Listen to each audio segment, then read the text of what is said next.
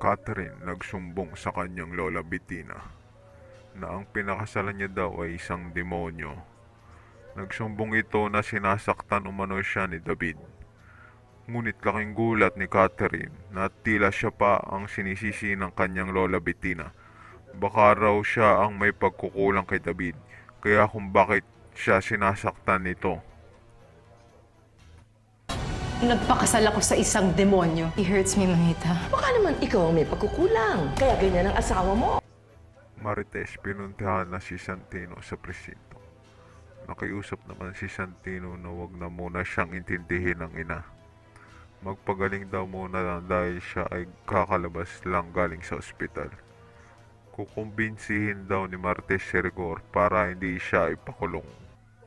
Santino, Hindi na po maintindihin nga eh. Magpagaling na lang po kayo. nagawa ako na ba para makumpensya ang tatay mo ha? Samantala, pinindigan pa rin ni Rigor ang kanyang tungkulin. Naging matigas na pulis pa rin siya. Sinabi pa nito kay Marites na huwag siyang ipahiya sa loob ng presinto. Nakikiusap ako sa iyo, Ina. Tumayo ka dyan. Huwag mo pa yan dito. Nakiusap naman si Marites na sana ay piliin naman ni Rigor na maging isang mabuting ama para sa kanilang anak na si Santino. Ngunit wala siyang napala. Bagkus sinabi pa ni Rigor na tanging husgado na lamang ang makapagsasabi kung may sala si Santino o wala. Kailangan piliin mo lang na maging isang ama. Husgado na magpapasya kung may kasalanan siya o wala.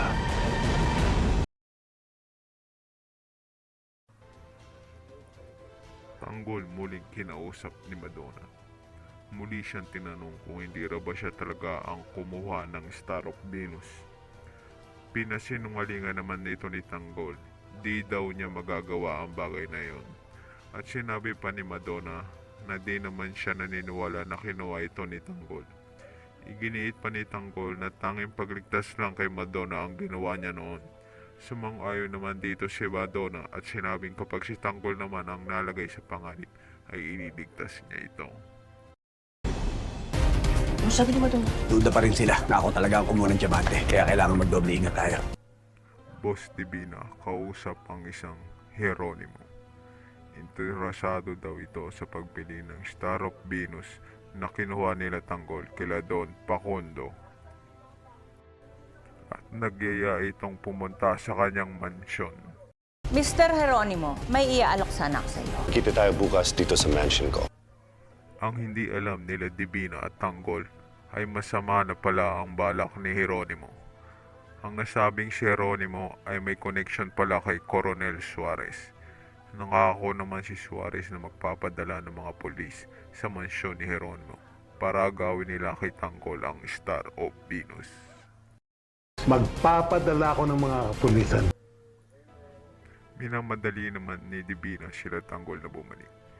Kailangan na daw nila i-dispatch siya ang Star of Venus. Ngunit di nila alam na may panganib na nag-aabang sa kanila sa pagpunta sa mansyon ni Geronimo. Bumalik na kayo dito. Sige po, boss. Abalikan po kami dyan.